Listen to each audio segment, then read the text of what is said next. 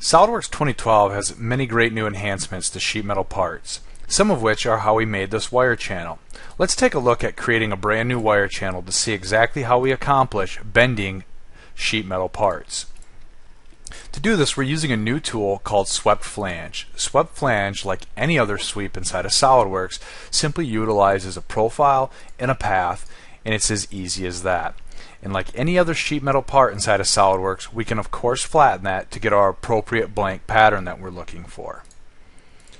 There's more to this design than just that wire channel, however. We also have this electrical enclosure on the back. We want to take a closer look at that as well.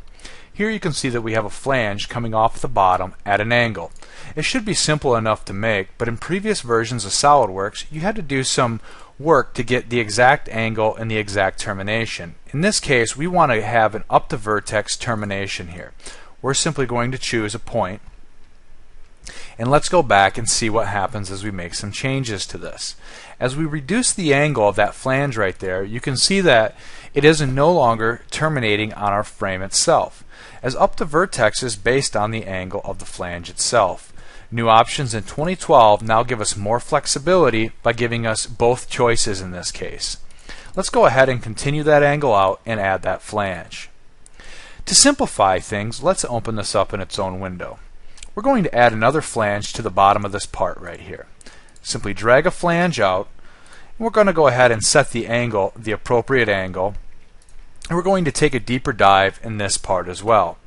We have many flange position options, some of which have been in SolidWorks for a long time, such as material to the inside, outside, from the bend on the outside, as well as the virtual sharp. But a new choice included is the ability to do tangent to bend. And what this gives us is the end of the flange is now tangent to this bend location right here.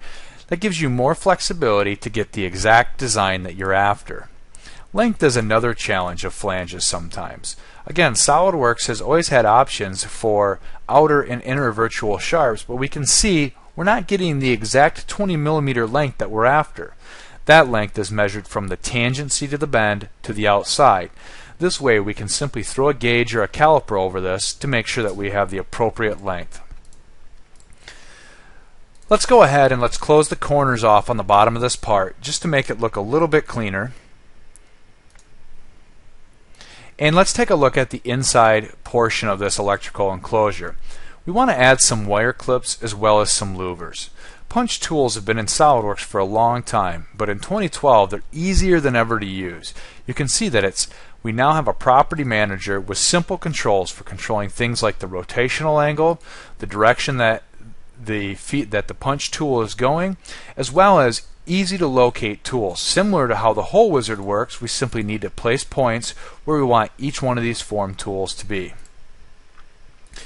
We've added our wire clips, but let's add some louvers as well. As I drag and drop a louver out, we can see that this louver is far too small.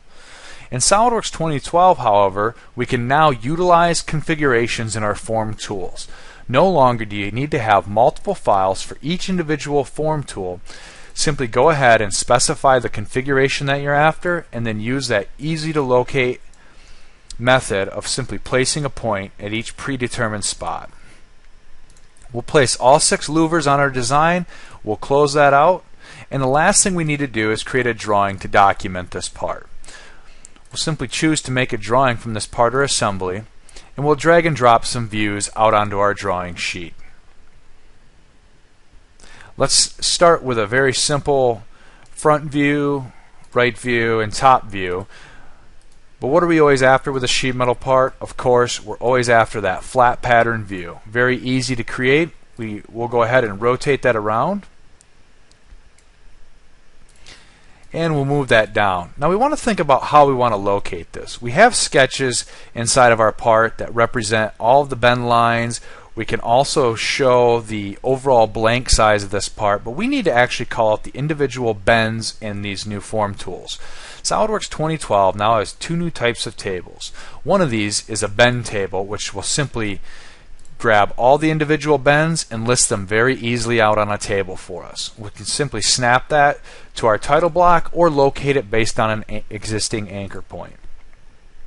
But probably the best one is the new ways we can locate these new form tools. With the new punch table, it's very easy for us to simply specify where we want to measure our origin from, and we simply drop the table onto our drawing. And to make it a little bit cleaner, we'll go ahead and combine the same tag sizes. We can see that SolidWorks not only labeled everything appropriately, it captured a unique punch ID for each one of our form tools and punches, as well as the X and Y location and the angle. SolidWorks 2012 has many great new sheet metal enhancements.